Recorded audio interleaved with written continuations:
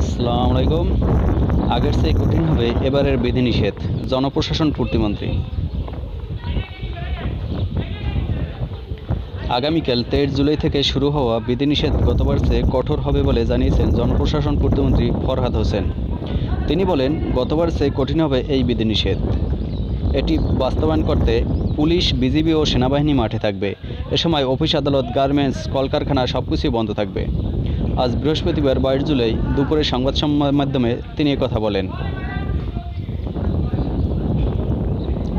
তিনি বলেন, যারা গ্রামে গিয়েছে তারা জানে যে সব বন্ধ থাকছে, তাদের কর্মক্ষেত্রও বন্ধ থাকছে, তারা সময় নিয়েই গেছে।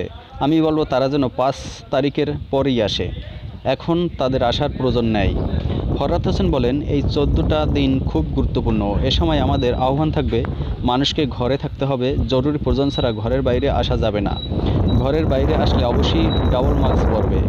যদি এটা করতে পারি 14 দিনের জন্য, তাহলে আমরা সংক্রমণ নিয়ন্ত্রণ নিয়ে আসতে পারবো, না হলে তা বাড়তে থাকবে। হাসপাতালে রোগীর চাপ কমাতে আমাদের অসুবিধা হবে। পূর্ব ঘোষিত তারিখ অনুযায়ী আগামী 23 জুলাই সকাল 6টা থেকে শুরু হয়ে 5 আগস্ট দিবাগত রাত 12টা পর্যন্ত চলবে বিধিনিষেধ। এর আগে গত 13 জুলাই দুপুরে মন্ত্রিপরিষদ বিভাগ থেকে বিধিনিষেধ সংক্রান্ত প্রজ্ঞাপন জারি করে। ধন্যবাদ সকলকে।